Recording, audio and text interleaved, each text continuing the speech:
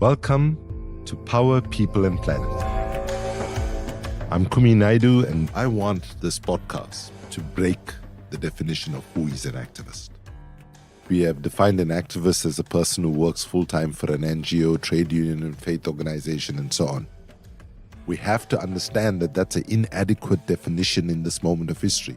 Pessimism is a luxury we simply cannot afford. One of the key challenges that we face is that we are called upon to mobilize the largest ever level of popular participation and mobilization. And to do that, we'll need to rethink who is an activist.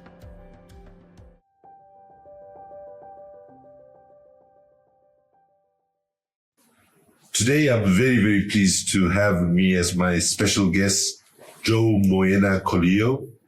He is the Pacific Regional Director of the Fossil Fuel Non-Proliferation Treaty Initiative and has a rich history of courageous and visionary activism in the Pacific region in multiple roles, including, by the way, setting up Pacific Warriors for Climate Justice and a music outfit that flows from that called This Is a Home, and we're going to talk to you more about that later. But Joe, I would love for you to just take 5 minutes to just capture your journey from growing up in Samoa to the roles that you are playing now globally.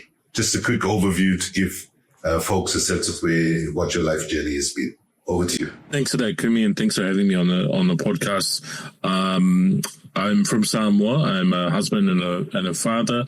I came into this space while I was working for the church, and it was during that time when Pope Francis was elected. There was he kind of electrified the whole church, and in many respects, many of us who were working in there, that became our entry point into exploring these issues of climate justice through a different lens, through the moral, ethical, and spiritual lens, and that kind of galvanized us into working in that space. Since then, I've moved into different spaces. Was part of the Pacific Climate Warriors, which has been a stable for a lot of the Pacific climate leaders that have come out from the region. I worked in government as a senior advisor to the New Zealand government. And then now I'm working with you on the Fossil Fuel Non-Proliferation Treaty Initiative, supporting our Pacific governments who are leading the charge. I've had a bit of a taste for different areas of climate and environmental work. And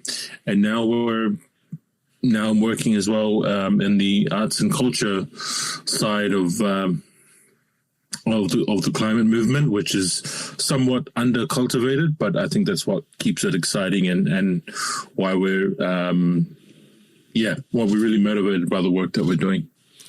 Thank you so much, Joe. Joe, I really want to dig deep into the Laudato Si and the work that uniquely you've done with the Vatican and the faith community. However, before we do that, we live in a world where if you come from a place where you're not sitting on diamonds and gold and fossil fuels, for example, or if you are a small population, you can be invisible to the dominant nations of the world. And the Pacific has been a major teacher to people like me and people in the movements about the urgency of climate change. And in 2015, just before the climate negotiations that delivered the Paris Agreement at the climate negotiations at the end of the year there, I was there in July in Vanuatu, in Kiribati and Fiji, and I learned a new slogan. People were chanting 1.5 to stay alive. 1.5 to stay alive. 6 months later, when I met those same folks in Paris, and they wanted me to come and speak at some event that they were having, which they got permission just outside of the negotiating chamber, and I was going to proudly chant the slogan that I had heard 6 months later, 1.5, to stay alive. And then a few people from the region, including from Southeast Asia, started like waving and saying, no, the slogan has changed. And the new slogan they were suggesting was 1.5, we might survive, right? And so I think it'll be really helpful for folks listening to just get a picture of what climate change challenges from the perspective of a resident of a small island state, but also not just for Samoa, but just give people a flavor of what does it mean to be living in the Pacific at this time with all the things happening in the world, because clearly the Pacific requires significantly more visibility than we currently have. Yeah, certainly. I think the greatest movements, the most satisfying wins, are always led by those we believe to be underdogs. And that's very much true for the Pacific. We don't have any hard power capability. We don't have, any economic muscle, but moral authority and strategic pragmatism are powerful in their own right. And we've got that in spades. You think about what the region is doing right now with climate justice, right? With the ICJ advisory opinion, the fight within the UNFCCC, COP31 coming to our region, all of what that entails, the fact that the fossil fuel treaty is currently led by 11 Pacific nations. You take it back even further than that to the nuclear-free Pacific era and everything that came from that, and then go even further than that to the colonial period and how some of the first civil disobedience movements in the world emerged from the Pacific Islands, fighting for its freedom. It's a struggle that continues today in places like New Caledonia and New Zealand and Hawaii. So when thinking about the 1.5 to stay alive campaign, this isn't new to us when we speak on these issues, whether it's colonization or conflict or climate change. We don't mobilize and avoid. There is a long, proud tradition of resistance and standing up for our islands and our oceans that today's movement, inherits and builds upon. So, for us, the existential threat posed by climate change is real. It's well understood. Sea level rise, extreme weather, ocean acidification. I mean, everyone knows or should know by now. But the threat to the physical context, while it's there, it's also much more than the physical impacts. It's about culture. It's about spirituality. It's about identity and sovereignty. For us, losing land means losing language, genealogy, sacred connection to people and place, right? So when we talk about climate change and our experience of climate change in the Pacific, it's not just that we're losing, coastlines or getting battered, right? There are the very real things that are always in the back of our minds, which are now becoming front of mind issues as like islands slowly start having people relocate as, traditional graves are washed away into the sea. And also like many of our proverbs and, sayings and euphemisms are tied to animals and plants, and much of our history is tied to physical places. So those are all very much under threat. And so it's a weird kind of duality that we occupy in this space. We're both at the front lines of the impacts of this crisis, but then also having to be at the forefront of this fight. And so I think you can see just from that glimpse what compels the region to fight so hard, because it's an existential thing, it's a spiritual thing, it's a question of what we pass down to, future generations. That becomes even more clearer when you become a parent, like I have recently. There's many sides to it, to the context that we're in here. I think what has impressed me and taught me a lot is how if you take the population size of the Pacific, even if you include Australia and New Zealand in it, as the two big dominant sort of so-called developed nations, and it's still a very small size of the global population as a region, but historically, as a region, the region has actually punched way above its weight for justice, right? As you correctly point out, the nuclear, anti-nuclear testing, efforts where dominant nations were just testing nuclear weapons in the Pacific Ocean and so on. Our people resisted all of that, the cost that they paid, and the price that they paid for it. But you very quickly glossed over something which I think doesn't do justice for what you and the people of the Pacific has given the world in the last couple of weeks, literally, right? Which is, you referred to the ICJ rulings. So for those of you who don't know, the International Court for Justice gave this amazing ruling that confirms what millions of people who have been fighting for climate justice for decades, have been saying. But I'd like you to just tell the story of how this case came about, the 6-year process, and where we've landed, because I think it's an inspirational story for people around the world who sometimes feel, hey, I'm too small, I'm not as powerful, I don't have, huge amounts of minerals or whatever, but it shows that if people have a political will and if they are driven by purpose and integrity and justice can be achieved even in a difficult global environment. So tell us the ICJ story, please, Joe. Yeah, and just to put a caveat in there, I'm my claim to fame is that I know the guys. I wasn't part of the campaign. Yes, I know. I know that, yeah. I think that'd be a better place to tell the story. But so essentially, 27 Pacific Island students in a law classroom in Vanuatu, where we're looking at the issue of climate change and just thinking what are the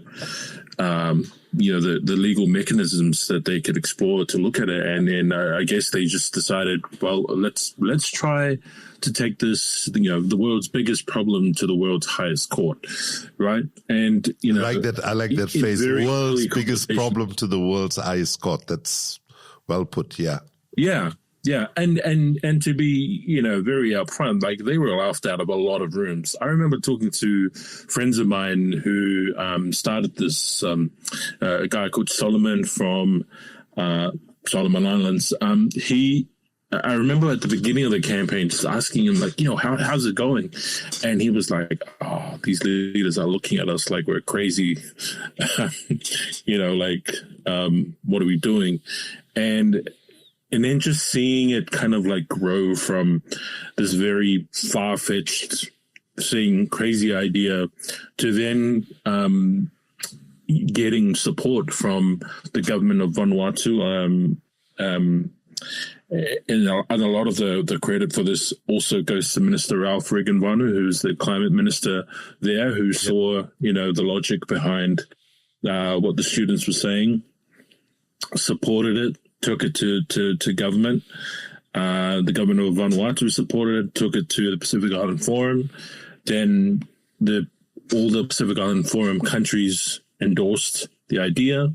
Then the whole campaign moved to New York, and then it was really inspiring to see. I wasn't part of the campaign, but we're like, it was always on the margins, just observing, and you see. I think this was a textbook example of just why Pacific leadership in this space works so well, because you'd see in the corridors of power these diplomats, these politicians, these Pacific leaders, and then side by side with them were these students who were working and alongside them, who were championing the idea, who were making sure that the ambition of this initiative stayed on track, and then just seeing civil society like come around them and support them, it was really cool to see. When it was finally brought before the UN General Assembly, it was passed by consensus. I think it's only the 5th time ever in the history of the UN General Assembly that's happened. So that was another landmark moment in that campaign. Having all the countries of the world supporting it going to the court. And I think it was also important because up until that point, there was really no clarity on what the obligations of states were with respect to climate change and human rights. So when it finally got in front of the International Court of Justice, and even talking to these same friends of mine, they were saying things like, well, we got it this far. We're not expecting a strong opinion, but, we'll keep fighting. And then the opinion came, and it was stronger than anything that we ever thought it was going to be. That was, a truly watershed moment. In very, unequivocal terms, the International Court of Justice said essentially that, states do have obligations to ensure a healthy planet for future generations. Continued fossil fuel expansion will constitute a violation of international law. Mechanisms like, the UNFCCC, the Paris Agreement aren't the only, laws that that apply to when thinking about this, and the whole corpus of international law. I mean, it was such a monumental win, not just for these students, but for the whole movement in general. So much so that it now opens up the doors for so many of our, for our own initiative as well. It gathers strength from that for litigation in different countries. So, I think it's important that this achievement from, Wishal and Shiwa and Solomon and the whole gang and, Minister Ralph, not be understated, because it's a tremendous service to the work that we're all part of.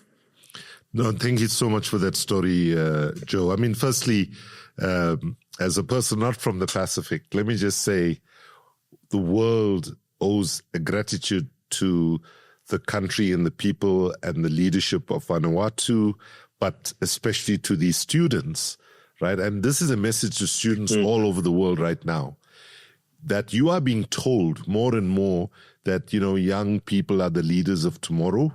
Given the realities of climate change, you got to follow the example of these law students in the Pacific who said, we're not actually going to wait for tomorrow, because if we wait for tomorrow, there won't be a tomorrow where we can exercise leadership, because my generation, if I can be blunt about it, my generation of political and business leaders have not delivered the solution that has been called for by science for a very long time. So for those of you who don't know, we were already winning some important legal cases before the International Court of Justice ruling a few weeks ago, right? What you can anticipate now, this ruling is going to actually help us win actually more litigation efforts as a result of this ruling. And while I will cautionarily say that there's a book that I collaborated on, which came out 2 years ago, called The Revolution Will Not Be Litigated, right? The revolution towards climate justice will not be litigated, but clearly strategic litigation plays a big part. The other response that I just feel moved to make is the accusation that those who present bold, visionary, out-of-the-box, lateral thinking ideas, which is exactly what this moment of world history calls for, are dismissed as crazy. So I would say right now, if you are involved in working for a secure world to address climate justice, to address economic injustice, the rise of authoritarianism and so on, and if you have not been called crazy, then probably you're not doing as well as you need to.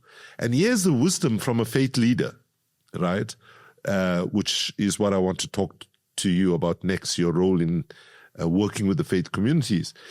Comes from Reverend Martin Luther King, speaking when I was about 4 months old in the United States. He said, "My friends, as I come to the end of my speech, I want to note that in the field of modern child psychology, there's a very dominant term called maladjusted." And then he said, Of course, we all want to be well-adjusted and not suffer from schizophrenia or other mental illnesses.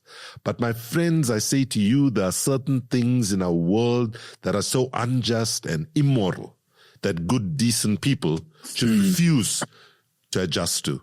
In a longer version of the speech, he calls for, like for example, he then said, I refuse to adjust to racial discrimination. I refuse to adjust to religious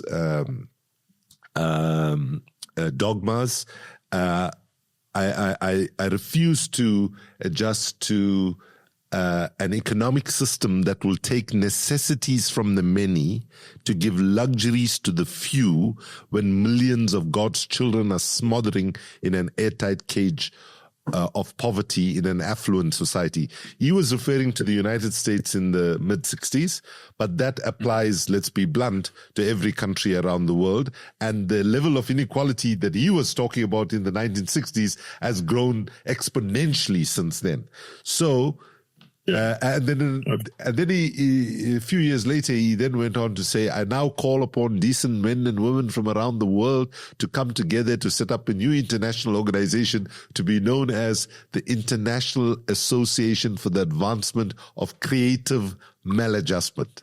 Sadly, the creative maladjustment movement did not stand up, and thank God for the creative maladjustment of Minister Ralph in Vanuatu, for these amazing students that initiated this. And as a person not from the Pacific, I would say that if indeed we are going to have a chance to reverse the trajectory, the suicidal trajectory that humanity is on, I am convinced that one of the people that we are going to be thanking are these students who had the vision to bring this, because I think this is going to support us a lot. So thank you to all the folks in the Pacific who contributed in different ways to that. But that brings me, Joe, to the very important role that you have always played, and that is you are a person who lives in the intersection between the secular and the faith world. And I think, if we are brutally honest, that the most well-organized sector of civil society in terms of the numbers of people it has reached to, the numbers of people, is the faith-based community. And you could say quite legitimately that, say, 10, 15 years ago, that the voices of faith leadership was, their silence was deafening in terms of speaking out on the environment. Because if you believe that God exists, then you believe that God didn't only exist, create human beings, but also the oceans, the forests, the rivers, all of these things that humanity needs to. So if you could just say, how important is working with the faith leadership for you? And what are some of the dynamics that need to be mediated to make that work well? Yeah, that is a good question. I think that's something that I've been reflecting on quite a bit. There seems to be this notion that the engagement from people of faith in these critical issues, especially to do with like the environment and climate change, only began with Pope Francis, right? Or only began with Laudato Si.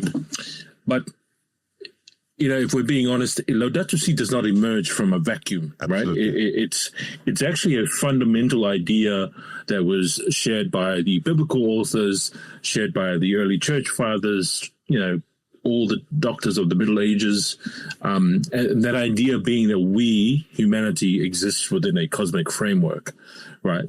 Just to give you a bit of context as to why, engagement of faith communities is so important. It's because the context and this thinking that it brings, right? We exist within a cosmic framework, that we are not ends unto ourselves or exist in a vacuum, but that we subsist with this in this created space. So dive into Genesis. The first thing that we see is that human beings exist within this cosmic framework. The Lord created the heavens and the earth, right? Right through to the last day where the Genesis story talks about the creation of humanity as a point, almost making the point that we exist as a part of nature, as a part of all that was created, that we are not separate to it. And so, therefore, it's not all about us. Whereas in the world that we kind of live in now, in this kind of aggressive modernity we live in, nature is there for us to extract and to pillage, which is at the root of a lot of the issues that we're facing. So, and then if you look throughout the whole, context of the history of faith, certainly from the history of my own faith, you look at someone like Saint Francis of Assisi, to whom who Pope Francis took inspiration from, and he's actually responsible for that title Laudato Si, right, which comes from Laudato Si, mi Signor, praise to you, my Lord, which is a prayer of thanks for creation. And it's funny because he uses it's a popular hymn. He uses a phrase that says brother sun, sister moon in that canticle, which on face value, it seems like a very airy-fairy 13th century progenitor to the modern hippie, right?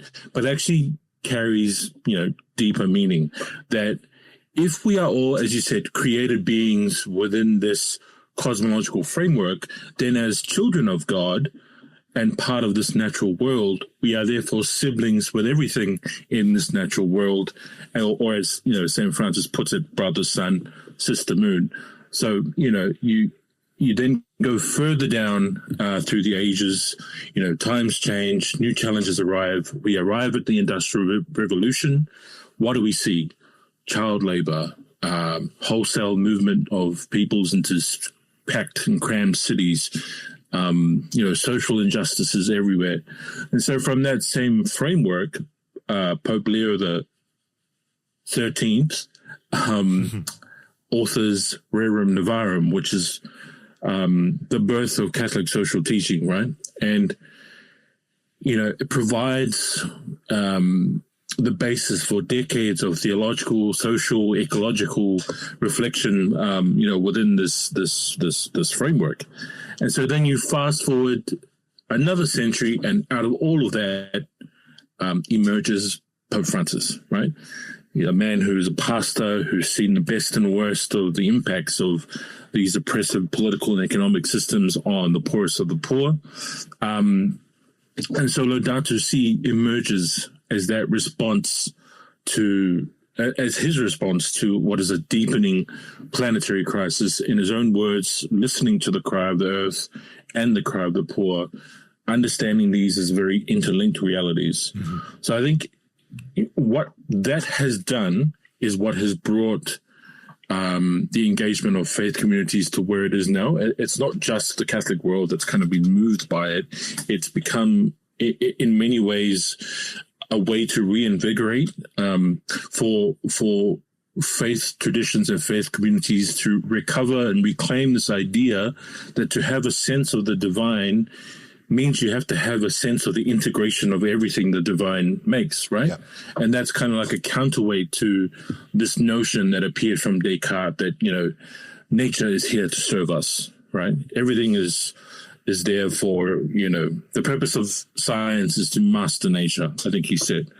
And that attitude towards nature has, it's kind of led us to where we are now, where nature is and the environment is something to be manipulated and something that serves us. So, the importance of having these faith communities and faith traditions reclaim that tradition, reclaim that understanding of the sense of the divine equals, having greater care for the environment.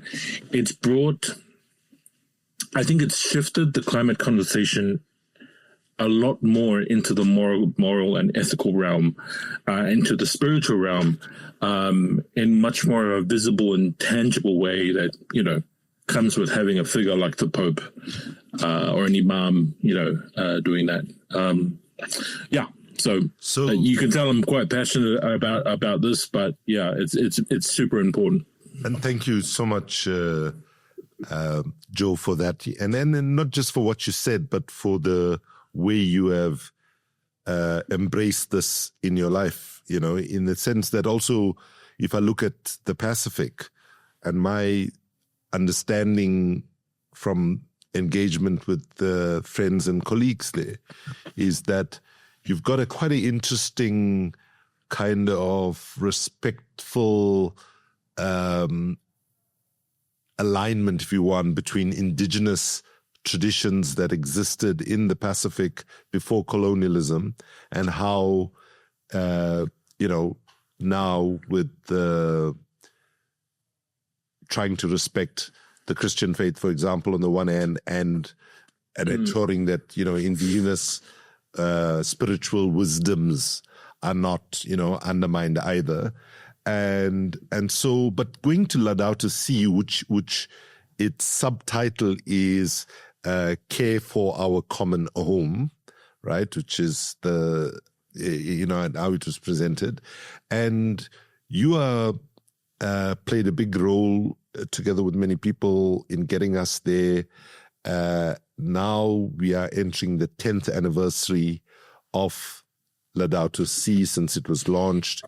When we launched it, and you and I believe were both there when it was being launched, it was a more optimistic time than the time we find ourselves in right now, right? At that time we thought, okay, this launch is going to make sure that we see big seismic shifts.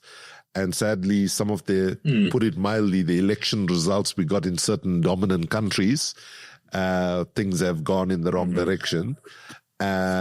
But tell us a little bit about the 10th anniversary of Laudato Si, its importance, some of the things that will be happening at the Vatican at that time, and why this 10th anniversary moment offers us an opportunity for reinvigoration of energy to make sure that what we tried to do 10 years ago doesn't get lost. Yeah, I think, with the passing of Pope Francis earlier this year, there were a lot of questions about, where to now for many of us who were engaged in that work, and wondering what the direction the church would go. Fortunately, we're not deviating from that path. I think in Pope Leo, we have an even stronger, I would say, messenger, and stronger in the sense that Pope Leo is able to communicate to the more conservative branches of not only the church but of society as well, while still holding on to the core messaging of Laudato Si. I think 10 years on, the message has proven to, ring true. A lot of what Laudato Si spoke about, we're seeing, every day. And you mentioned the current political situation. Those are, of course, challenges that we, as a movement, have to rise to that challenge. I think, in going back to what I said earlier about Laudato Si, it shifted the climate conversation in such a way where I think now, we're able to have these conversations with people in a much more winsome way. And I think I make the point on that on both the messaging and the messenger, right? So we know, for example, who is causing climate change: fossil fuel production, extractive industries. We know how, which is, as the science tells us, burning of fossil fuels. Laudato Si connects all the dots and reminds us of the why, using the moral framework, reframing climate change as an issue of justice, connecting ecology, economics, with issues like social inequality. Like I said earlier, where I think what Laudato Si successfully did was help people see that the environmental crisis is intricately linked with the social crisis, right? The cry of the earth and the cry of the poor, right? They're not they're not two crises. They are one crisis with two manifestations, or something like that, which is what Pope Francis said.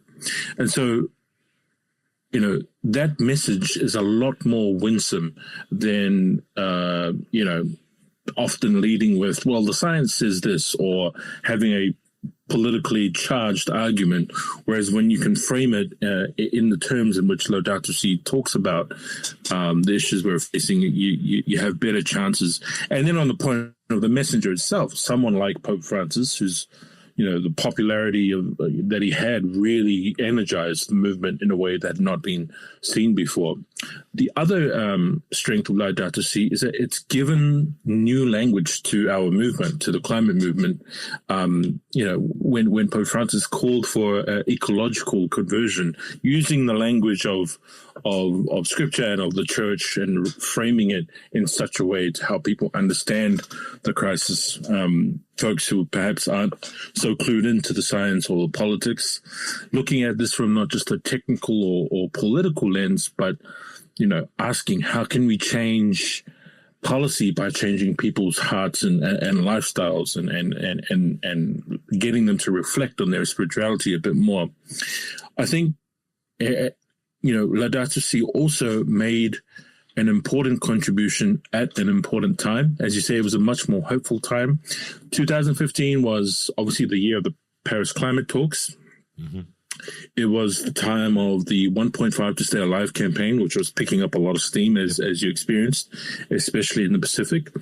And then there was a growing recognition of,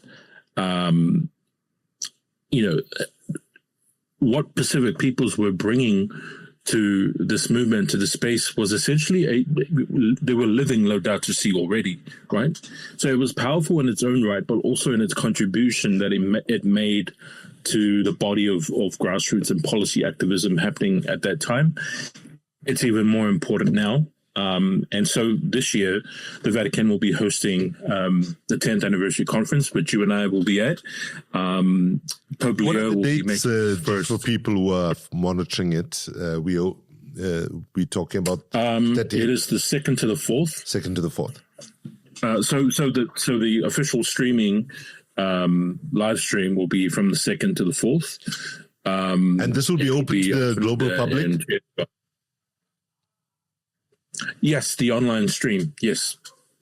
And we're looking forward to having you as one of the keynote speakers. Honorable Dr. Moena-Kolio, who's the Minister for Climate Change in Tuvalu, is one of the keynote speakers. So continuing with that theme of hearing from the all corners of the earth, Pope Leo will chair the meeting, and it'll be the first time since his election that he speaks on climate. So it's going to be quite an important moment for the movement and for the church. Thank you so much for that amazing response, Joe.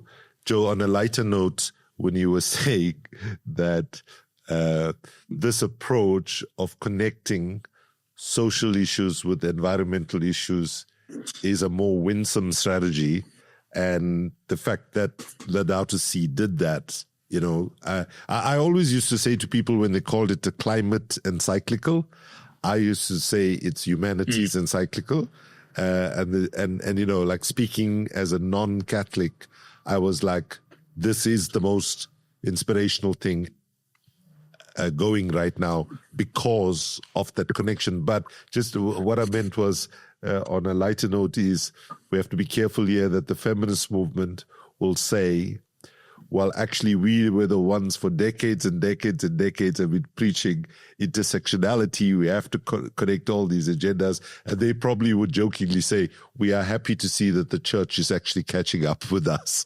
So I'm saying that because, as you know, that the relationship between the feminist movement and the faith movement is a fraught one.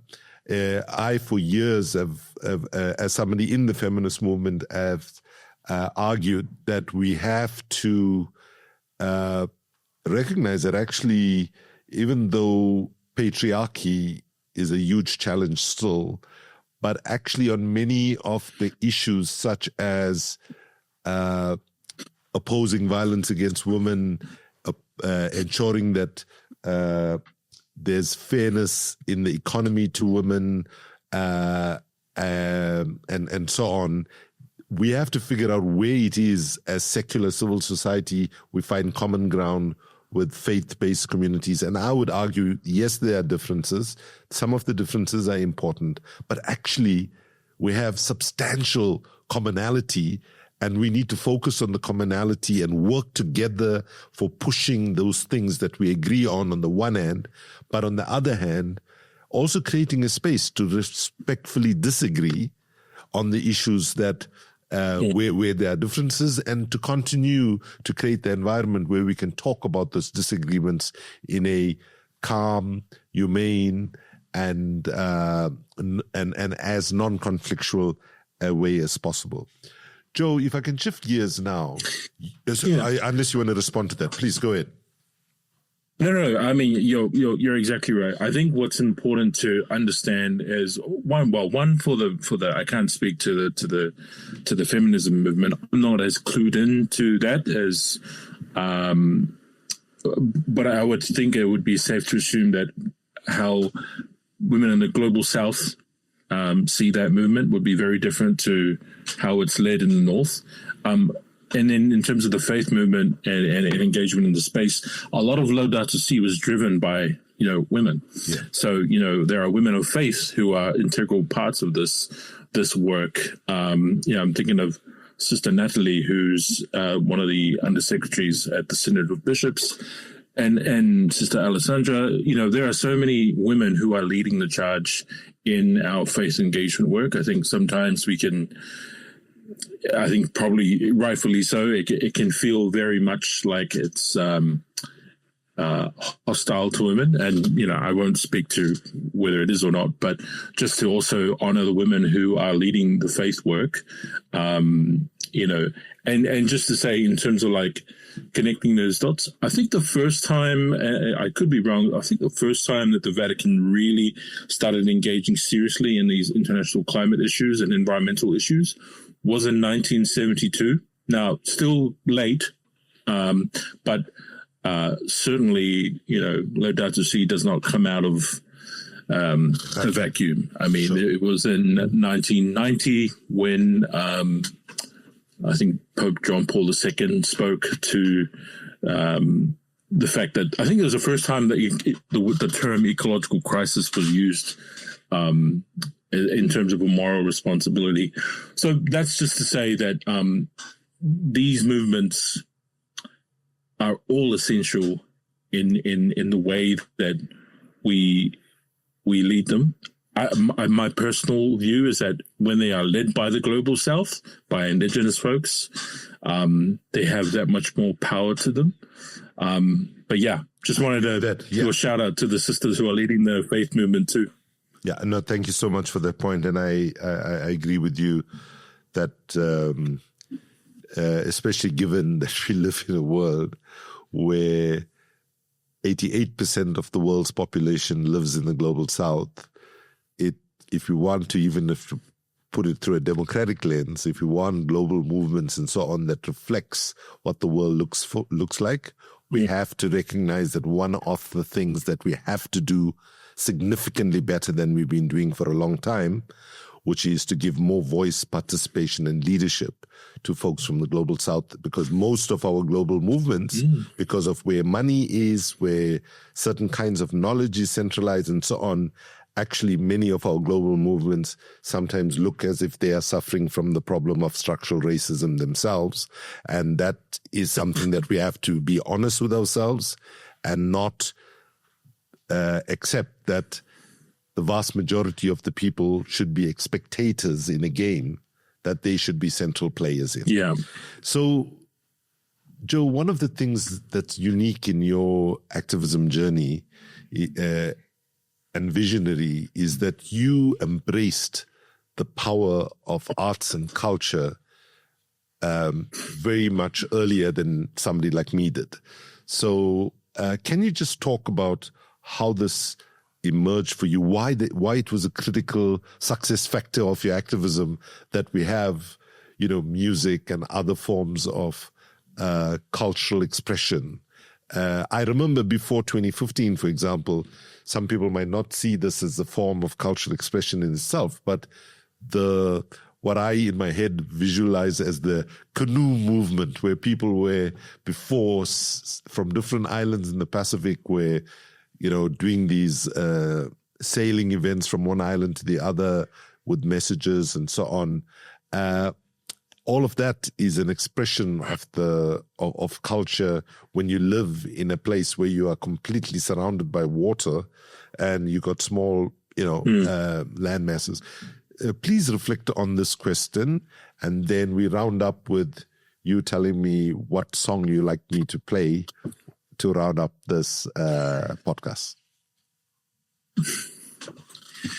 Yeah, well, I think the first thing is I can't claim credit for any of this because my view is if you're gonna do this kind of work, if you're gonna engage in movement building, you got to know your history, right?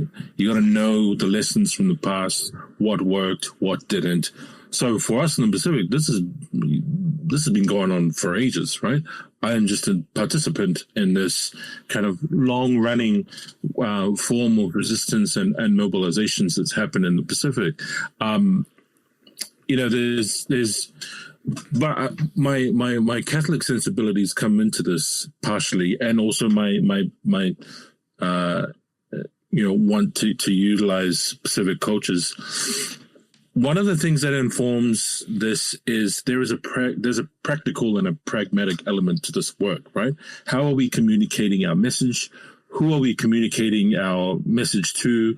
The different ways that we communicate this message and in what forums, right? So, for example, and I love this quote that I stole from you actually, was most of our climate messaging is aimed up top, right? Which is, useful and is good, but it's hard to really evoke an emotional reaction from the latest IPCC report or some kind of comms post, right? But if we start aiming our messaging at the heart, the body, and the soul, that's when you start to see movement. And that's a lesson that we take from the history of activism and different movements. By the way, this is also normative for a lot of global South movements. If you think about, the apartheid era, Absolutely. There's beautiful music from that time, from, for us in the Pacific. A lot of our music that we listen to today are all resistance songs from back in the colonial era. So there's that historical legacy aspect to it, which when you use it, it evokes that kind of response, right? And so you package your climate messaging in that and you get a more winsome response than perhaps the gridlock that comes from trying to rationalize your friend out of his stance.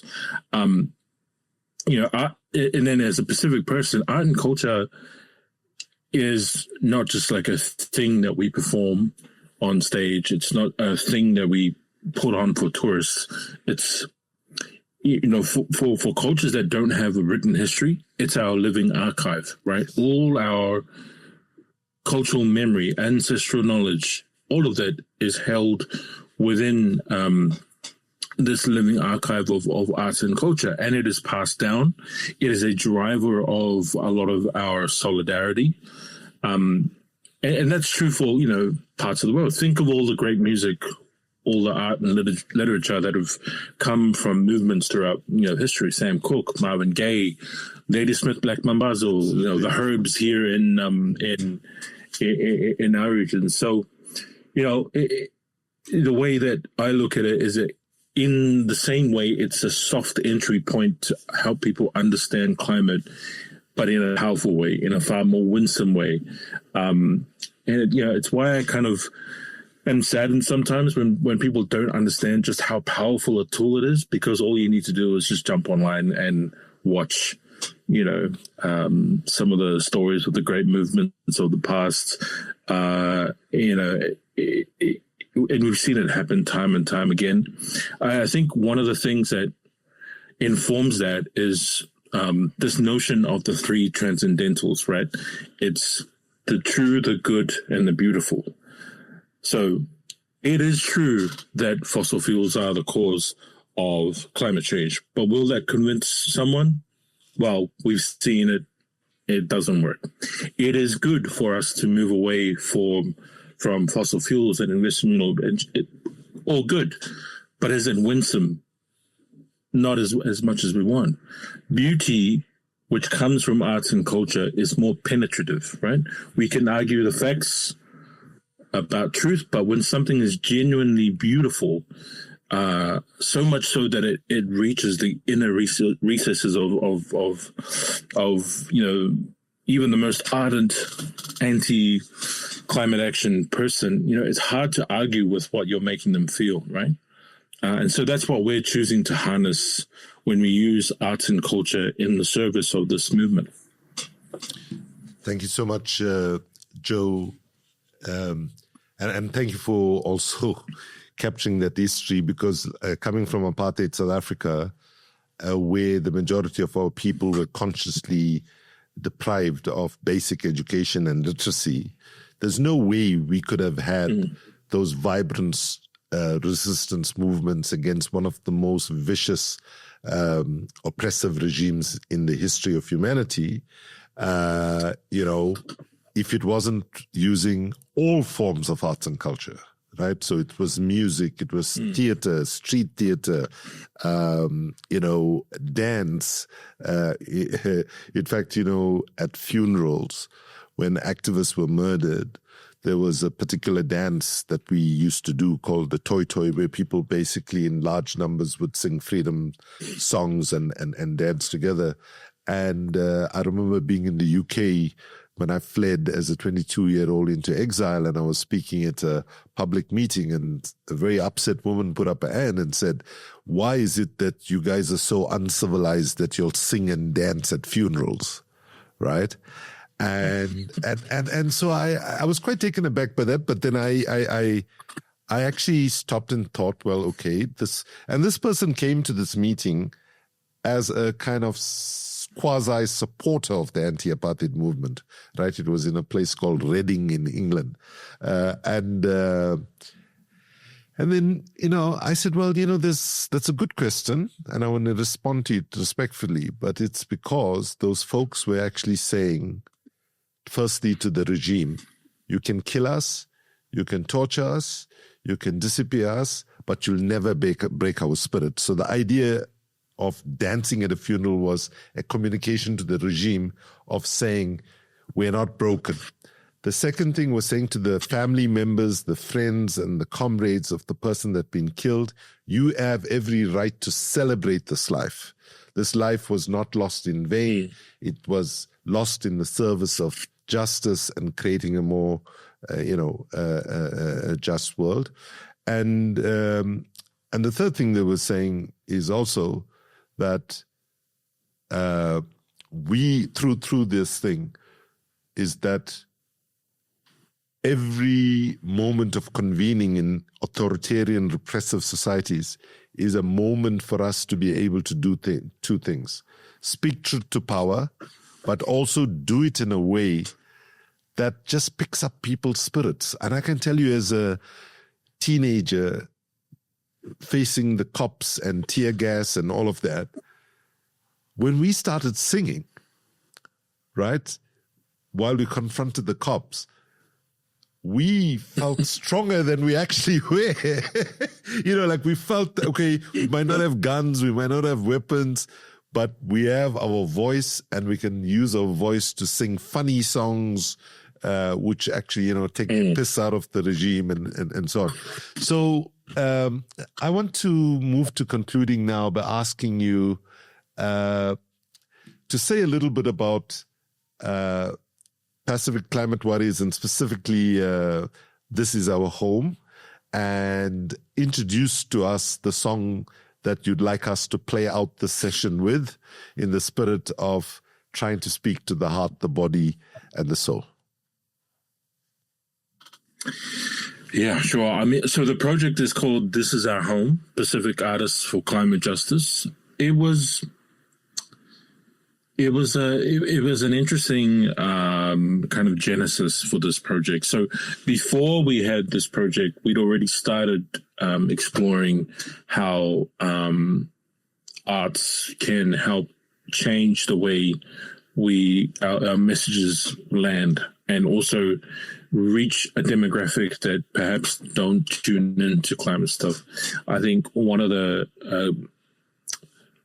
main things that we were thinking about is, how do we avoid this continuous echo chamber where our messages sound great to people who support our cause and sound like gibberish to people who either don't care or completely opposed to us. So a lot of the thinking was, how do we reach outside of the tent to really build that movement? And again, in the vein of previous movements, how they were built as well. You think about the civil rights era and how it swelled exponentially because they were able to reach people who were outside of that space. So we'd started that with videography. We brought in some really talented Pacific Island videographers. We then combined that with another art form, and we looked at music.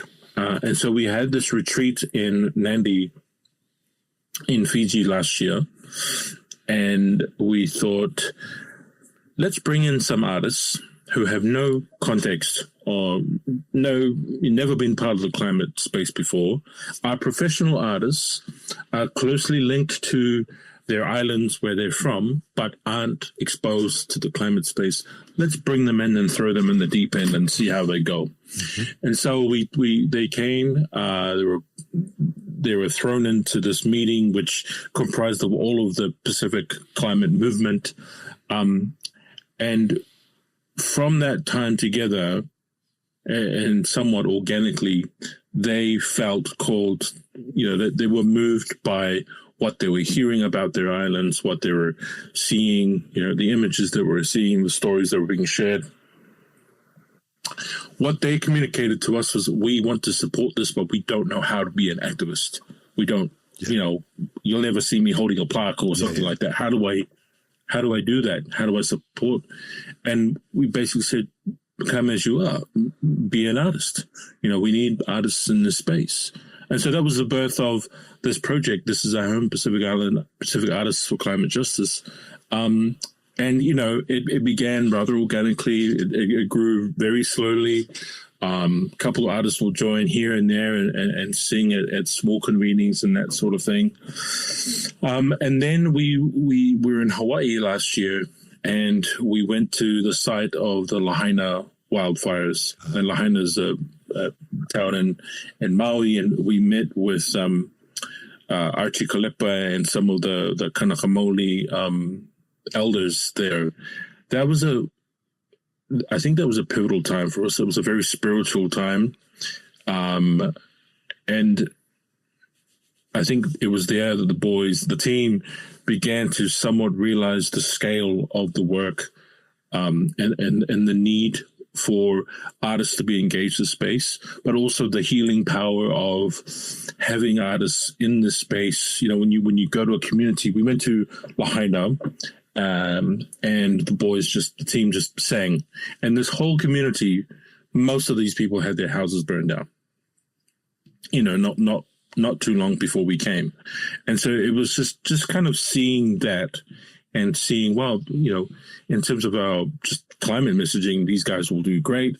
But then in terms of just the direct one-to-one engagement with community, like, they brought so much joy and healing and love. It was really just really beautiful to see. And then we got a call from our colleague Anna, who said, hey, Coldplay's producer, Brian Eno, has this event. Would you guys like to come? We went and performed. 3 days later, we got a call from Coldplay to come to Leon. And then the project just grew exponentially, it kind of exploded from there. We were it felt like we were strapped to the rocket and just holding on for dear life. But what we've realized from, that the year that we've had is the hunger for this kind of messaging, right? There are so many people that we've spoken to who've told us we never thought about climate change, or we were turned off by those protesters on the motorway who blocked me from getting to work. But when we heard you guys sing or you guys perform and present, that message that way, that really reached me in here. And, now we're supportive of the cause. The team went to South Africa for the Activism conference last year, and kind of got another infusion of hope, seeing other activists who do their work and being in that space. So it's been an interesting, I would say, 18 months for us. Now we've had a bit of a quieter year because the team are preparing their debut album, which we're hoping to release at COP 30 this year. I think it's been a kind of a challenging but very life-giving pursuit to see the direct impact of, we've been doing this climate work for a long time, and often we don't see the immediate response from people, whereas these guys just get on stage and people are in tears. Yeah. And people are mobilized and moving. And so that's been particularly gratifying to witness. Absolutely saw that firsthand at the inaugural Global Activism Conference that you referred to in September 2024 here in South Africa. And for those of you who are listening and are connected to people in the arts and culture world, we want to be very clear. The global activism movement is not about saying to artists, you have to become a tool of the climate justice movement or any other movement. It's about saying that our movements will not be full movements, will not have its full impact if you don't bring your wisdom. And part of what we need the arts and culture community to do is also to hold up a mirror to when mainstream activism is not is making mistakes or tactical errors and so on.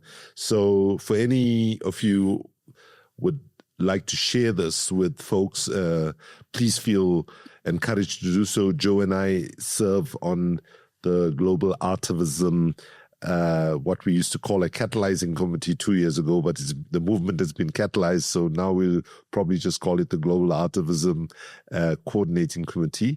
And also the second global convening, which will be an hybrid.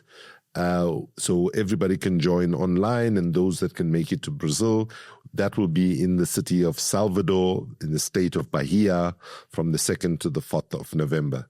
So, Joe, we'll play out there with the beautiful, beautiful words of This Is Our Home, which is the name of the band, playing the song This Is Our Home. And I hope you all enjoy that. And let me, on behalf of everybody, say to you, Joe, thank you for your life's work, your activism, your vision, and for pushing boundaries, which is what exactly we need right now. And thank you for your time and for sharing your perspective.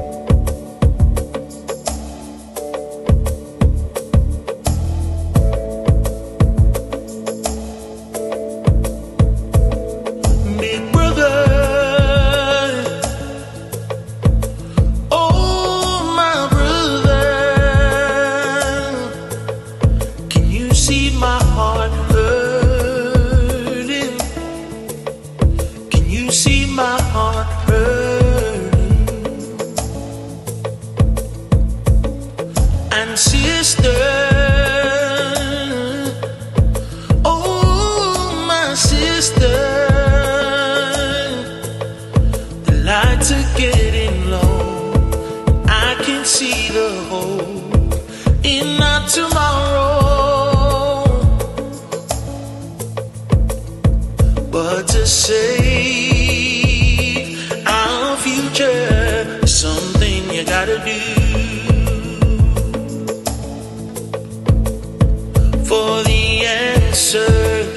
this equation starts with me and you. We've got to find our way back home. Oh, can we go back to where we were before?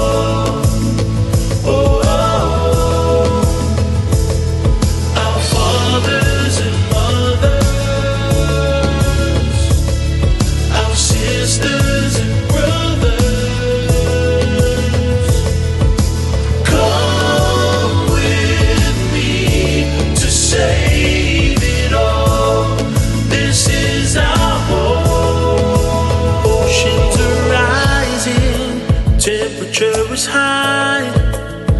Can we find a way to break the tide? Homes are slowly fading, houses slipping away, and I can take it anymore. But to save our future, there's something you gotta do. For the answer to this equation starts with me and you. We've got to find our way back home. Oh, can we go back to where we were before?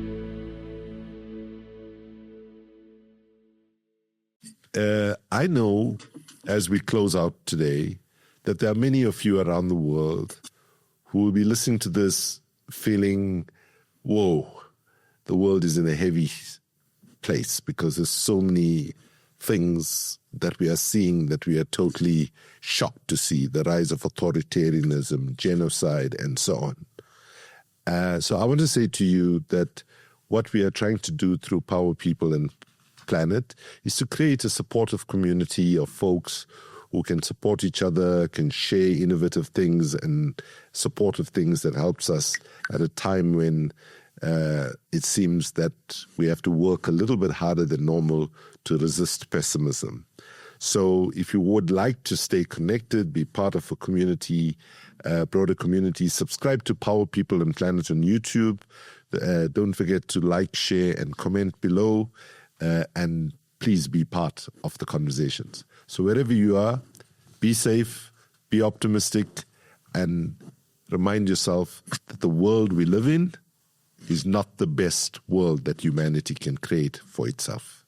Thank you, Joe. Thank you, everyone, for listening. See you in the next episode.